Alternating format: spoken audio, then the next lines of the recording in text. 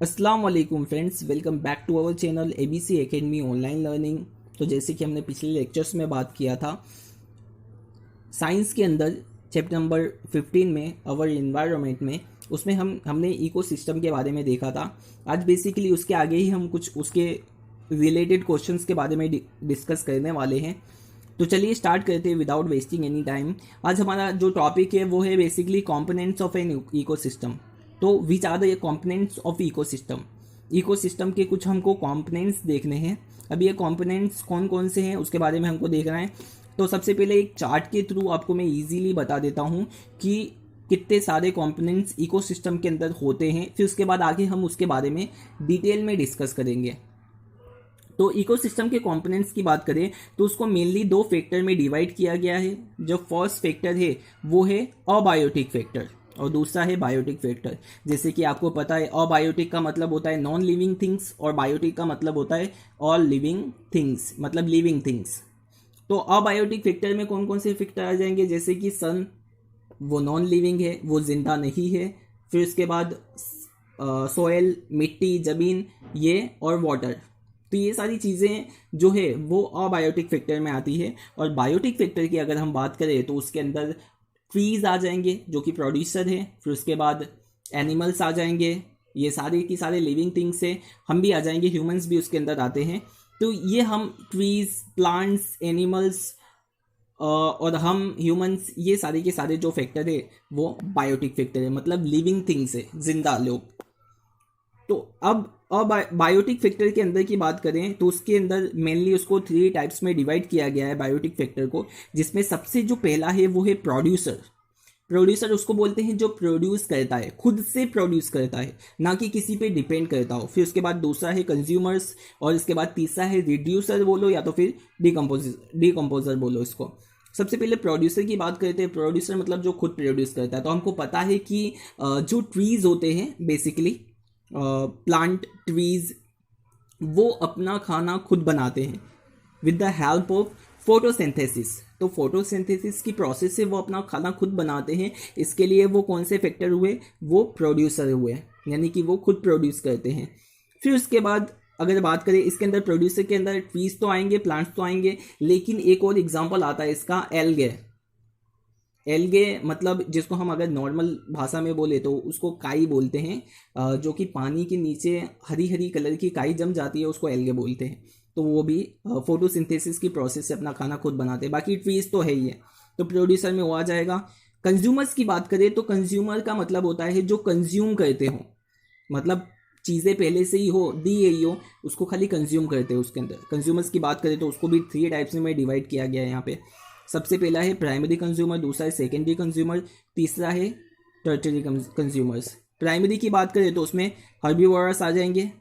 Herbivorous मतलब सबसे पहले कंज्यूमर, जैसे कि ये जो लोग या प्लांट्स को खा के या तो फिर उन प्लांट्स के पत्तों या तो फिर उसके जो फ्रूट्स वगैरह होते हैं उसको खा के अपना पेट भरते हैं, तो उसको बोलेंगे हम प्राइमरी कंज्यूमर, हर्बीवोरस बोलते हैं इसको।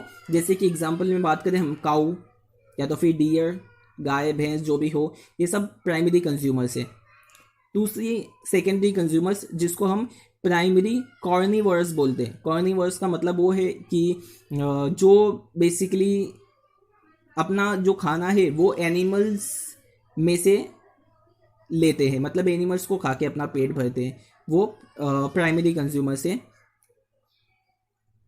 Primary carnivores. फिर उसके बाद है सेकेंडरी, टर्टरी मतलब सेकेंडरी कॉर्निवर्स। सेकेंडरी कॉर्निवर्स की बात करें तो ये ऐसे कॉर्निवर्स हैं जो कि बेसिकली एनिमल्स को भी खाते हैं और प्लांट्स को भी खाते हैं। तो इस तरीके से ये पूरा डिवाइड किया गया है इको सिस्टम के कंपोनेंट्स को। अब इसको हम डिटेल में देखेंगे कि एक्चुअली इसका मीनिंग होता क्या है। तो सबसे पहले हम बात करते हैं जो उसका मेन टाइप्स था, अबायोटिक कंपोनेंट्स। अबायोटिक कंपोनेंट्स मतलब जितने भी नॉन लिविंग कॉन्स्टिट्यूएंट्स है वो सारे के सारे, all the non living constituents of an ecosystem are include in the abiotic components. जितने भी नॉन लिविंग कॉन्स्टिट्यूएंट्स है या तो फिर कंपोनेंट्स है वो सारे के सारे कहाँ आ जाएंगे, अबायोटिक में आ जाएंगे। जैसे कि बात करें सन हो गया या तो फिर क्लाउड हो गए या तो फिर सॉइल ज़मीन हो गई, या तो फिर वाटर, ये सारे के सारे अबायोटिक है, मतलब इनके अंदर जान नहीं है, तो वो सारे किस में आ जाएंगे, abiotic components. Abiotic components are the physical factors like a temperature, rainfall, wind, soil, light, minerals, etc. ये सारे abiotic हैं. Biotic की बात करें तो all the living organisms of an ecosystem are included in the biotic component. जितने भी living organism है यानी जिसके अंदर जान हो बेसिकली, वो सारे के सारे किस में आ जाएंगे, बायोटिक components में आ जाएंगे. तो जैसे कि बात करें हम तो उसके अंदर प्लांट्स आ जाएंगे, एनिमल्स आ जाएंगे, बर्ड्स आ जाएंगे, उसके अलावा बहुत सारे एनिमल्स हैं जो बायोटिक कंपोनेंट्स में आ जाएंगे. Organisms can be grouped are the producer, consumers and decomposer. इसको 3 पार्ट में डिवाइड किया गया है. जैसे कि हमने पिछले चार्ट में देखा था, बायोटिक कंपोनेंट्स को 3 पार्ट में डिवाइड किया गया था, जिसमें सबसे पहला जो था वो है प्रोड्यूसर, फिर उसके बाद सेकेंड जो था वो था कंज्यूमर्स, और उसके बाद लास्ट वाला जो था वो था decomposer. According to the food habit, उनके फूड हैबिट यानी उनके खाने के हिसाब से. Their mode of the sustenance from the trophic relationship in the environment. तो यहाँ पे हम चार्ट में देखते हैं कि किस तरीके का है. सबसे पहला जो दिया है हमको, ये जितनी भी चीज़ें हैं यहाँ पे, सनलाइट, एयर, वाटर और सोइल, ये चारों की चारों चीज़ें क्या है, अबायोटिक है, मतलब नॉन लिविंग कंपोनेंट्स हैं. और फिर उसके बाद हमको क्या दिया है, देखो सबसे पहले प्लांट जो होता है वो प्रोड्यूसर होता है. प्लांट्स प्रोड्यूसर क्यों होता है, क्योंकि वो अपना खाना खुद बनाता है, इसके लिए उसको हम क्या बोलेंगे, प्रोड्यूसर बोलेंगे. कैसे बनाता है, तो वो यूज़ करता है सनलाइट का, एयर मतलब हवा, वाटर और सोइल, ये चारों चीज़ों का यूज़ करके वो एक प्रोसेस करता है जिसको बोलते हैं हम फोटोसिंथेसिस प्रोसेस. वो फोटोसिंथेसिस प्रोसेस से क्या करता है, अपना खाना बनाता है, खुद बनाता है, और इसके लिए हम इसको क्या बोलेंगे, प्रोड्यूसर. फिर उसके बाद कुछ ऐसे एनिमल्स हैं जो प्लांट्स को खा के अपना गुजारा करते हैं. जैसे कि यहाँ पे एग्जांपल दिया है आपको डियर का. तो डियर क्या हो गया, ये इसको हम बोलेंगे प्राइमरी कंज्यूमर. प्राइमरी कंज्यूमर क्यों बोलेंगे, क्योंकि ये सिर्फ प्लांट्स को खाते हैं, ये एनिमल्स वगैरह उस प्लांट्स के अलावा जितनी भी चीज़ें हैं उसको नहीं खाते हैं. तो ये हमारे हो गए प्राइमरी कंज्यूमर, जिसको हम हर्बीवोरस भी बोलते हैं. फिर उसके बाद सेकेंडरी कंज्यूमर आते हैं. सेकेंडरी कंज्यूमर में कौन कौन से कंज्यूमर आ जाएंगे, सबसे पहला है कार्निवोरस दिया है, और दूसरा दिया है ऑमनीवोरस. अब कार्निवोरस और ऑमनीवोरस का मतलब आपको पता होना चाहिए, दोनों में डिफरेंस क्या है. दोनों में डिफरेंस ये है कि जो ऑमनीवोरस होते हैं वो हर्बीवोरस, मतलब जितने भी एनिमल्स हैं उनको तो खाते ही हैं हर्बीवोरस के साथ ही, वो क्या खाते हैं, वो प्लांट्स को भी खाते हैं. ऑमनीवोरस जो होते हैं वो एनिमल्स को, हर्बीवोरस को तो खाते ही हैं, साथ में क्या खाते हैं, प्लांट्स को खाते हैं. लेकिन कार्निवोरस की बात करें, जैसे कि शेर क्या खाएगा, वो सिर्फ हर्बीवोरस मतलब एनिमल को ही खाएगा, वो घास फूस या प्लांट्स वगैरह खाने वाला है नहीं.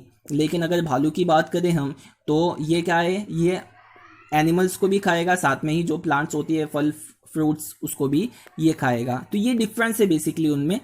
फिर उसके बाद कौन आता है, उसके बाद आता है डीकम्पोजर. डीकम्पोजर मतलब ये ऐसे एनिमल्स होते हैं या तो फिर ऐसे इंसेक्ट्स होते हैं जो बेसिकली इनको डीकम्पोज करते हैं. यानी कि जब ये लोग मर जाते हैं, जब इनकी डेथ हो जाती है ये एनिमल्स की, तो इनको डीकम्पोज कर देते हैं, यानी उनको खा खा के एकदम ख़त्म कर देते हैं. उसको ज़मीन के अंदर, मिट्टी, सोइल के अंदर मिला देते हैं वो, ताकि वो उसमें एकदम से मिक्स हो जाए. तो ऐसे एनिमल्स या तो फिर ऐसे प्लांट्स या तो फिर ऐसे कंपोनेंट्स को हम बोलते हैं डीकम्पोजर. इसके अंदर कॉकरोच आ जाएगा, उसके बाद बहुत सारे ऐसे छोटे छोटे इंसेक्ट्स होते हैं वो आ जाएंगे इसमें. तो इस तरीके से ये पूरा इकोसिस्टम चलता है, और ये हैं इकोसिस्टम के कंपोनेंट्स. अब हम उसको ही थोड़ा डिटेल में बात करते हैं.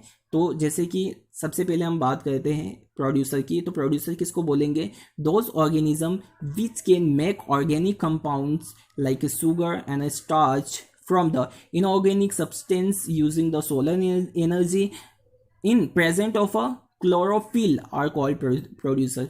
मतलब ऐसे ऑर्गेनिज्म जो अपना खाना खुद बनाते हो ऑर्गेनिक कंपाउंड का यूज़ करके, जैसे कि शुगर हो गया, स्टार्क हो गया, ये इसके अंदर एक्चुअली मौजूद होता है प्लांट्स के अंदर, जिसका वो यूज़ करके, सोलर एनर्जी का यूज़ करके वो अपना खाना खुद बनाते हैं।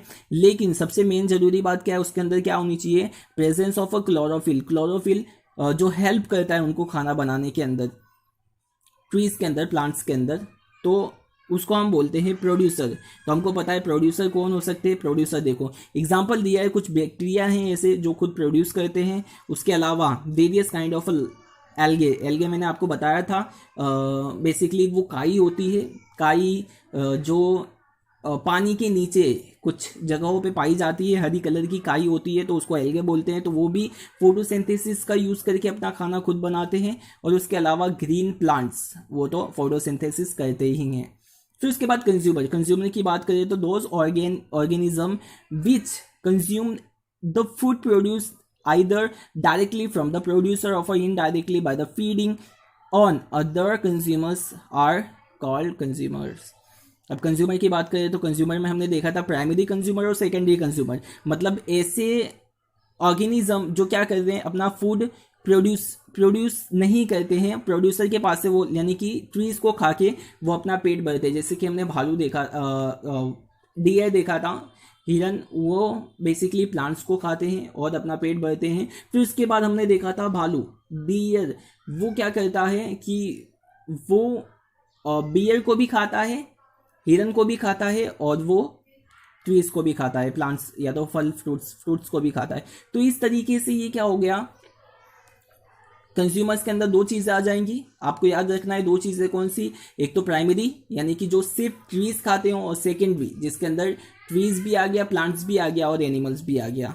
तो ये आपको याद रखना है। एग्जाम्पल यहाँ पे दिया है non chlorophyll and heterotrophic organism, मतलब ऐसे जिनके अंदर क्लोरोफिल ना हो, नॉन क्लोरोफिल फिलियस, मतलब जिसके अंदर क्लोरोफिल ना हो, क्योंकि क्लोरोफिल होना बहुत ज़रूरी है कोई भी ट्रीज के लिए, ताकि वो फोटोसिंथेसिस कर सके। अगर उसके पास नहीं है तो फिर वो प्रोड्यूसर नहीं हो सकता कोई भी प्लांट। या तो फिर हेट्रोट्रॉफिक ऑर्गेनिज्म, मतलब ऐसे ऑर्गेनिज्म जो कि दूसरों पर डिपेंड करते, दूसरे एनिमल्स को खाते हैं। फिर उसके बाद लास्ट है हमारा पॉइंट, डीकम्पोजर। डीकम्पोजर बेसिकली ये माइक्रो ऑर्गेनिजम्स होते हैं। The micro organism which break down the complex organic substance into a simple organic substance are called decomposer. Decomposer का मीनिंग आपको सिर्फ इतना याद रखना है कि कुछ माइक्रो ऑर्गेनिजम्स होते हैं जो कि ब्रेक डाउन कर देते हैं कोई भी कॉम्प्लेक्स ऑर्गेनिक, मतलब कोई भी अगर एनिमल्स मर जाता है, उसकी डेथ हो जाती है, तो वो उसकी बॉडी को डीकम्पोज कर देते हैं, उसको सॉइल के अंदर मिला देते हैं, तो उसको ही हम बोलते हैं डीकम्पोजर। एग्जाम्पल यहाँ पे दिया है सर्टेन बैक्टीरिया, कुछ बैक्टीरियाज होते हैं, फंजाई, कुछ fungi break down the dead remain and the best product of organic, यानी कि ऑर्गेनिज्म, मतलब जितने भी डेड एनिमल्स हैं या तो फिर डेड बॉडीज हैं जितनी भी, या तो फिर कुछ ऐसे प्रोडक्ट्स हैं जिसको वो क्या कर देते हैं, सॉइल के अंदर मिला देते हैं, ब्रेक डाउन कर देते हैं, उसको बोलते हैं हम डीकम्पोजर।